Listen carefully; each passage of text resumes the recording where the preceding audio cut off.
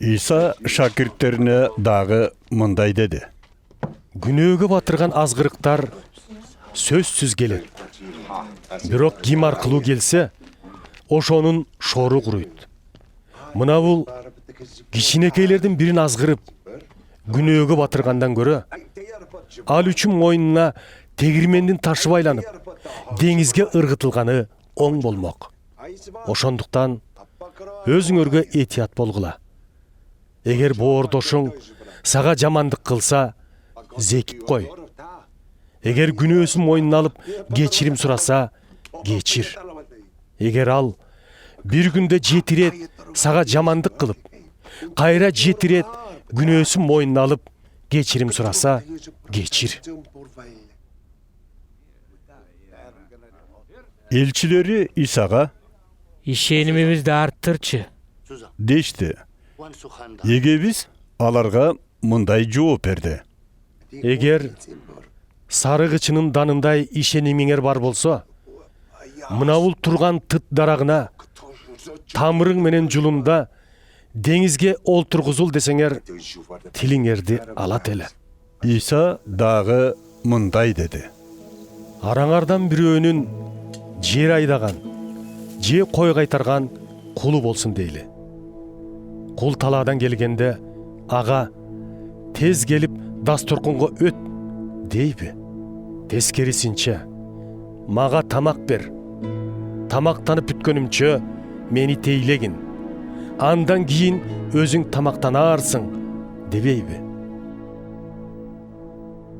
Ал буйругун аткарган үчүн кулуна алкыш айтмак беле.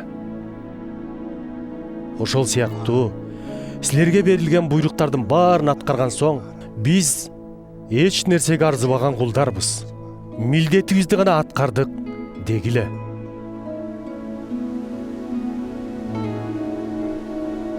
İsa Самария менен Галилея аймактарын аралап өтүп, Иерусалимге жол тартты.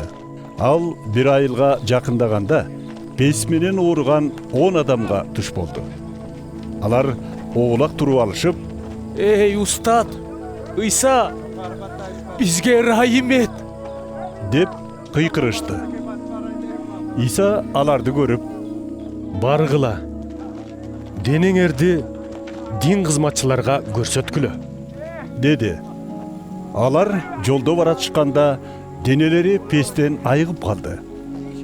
Бирөөсү айыкканын көрүп, Кудайды кыйкыра даңктап кайтып келди да, İsa'нын бутуна жыгылып, алкышын жаадырды. Бул киши самариялык болчу.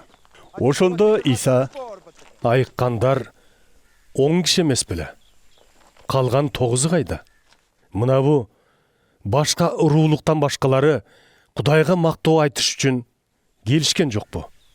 dedi. Анан айыккан адамга кайрылып, Тур, бара бер. Сени ишенимиң айыктырды, dedi.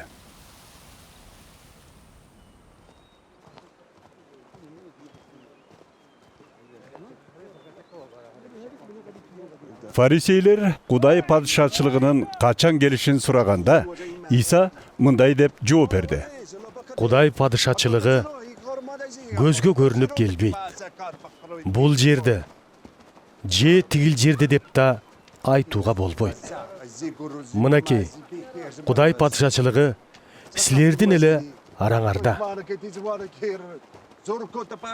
İsa шакирттерине карап мындай dedi. Адам уулу менен өткөргөн күндөрдүн бирин көрсөк деп эңсеген кез келет. Бирок көрө албайсыңар. Ошондо силерге Машаяк тигил жакта, же бул жакта дешет. Бирок аларга барбагыла да ээрчибегиле. Анткени адам уулу өзүнүн келээр күнүндө асмандын бир четинен экинчи четине чейин жарык кылган чагылгандай баарына айкын көрүнөт. Бирок адегенде ал көп азап чегип, бул уруу тарабынан четке кагылышы керек.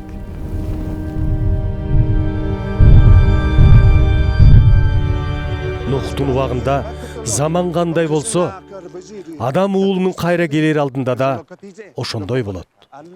Топон суунун алдында да Нух кемеге кирген күнгө чейин адамдар жешти, ичишти, үйлөнүштү, күйөөгө чыгышты, күндөлүк турмуш менен алек болушту.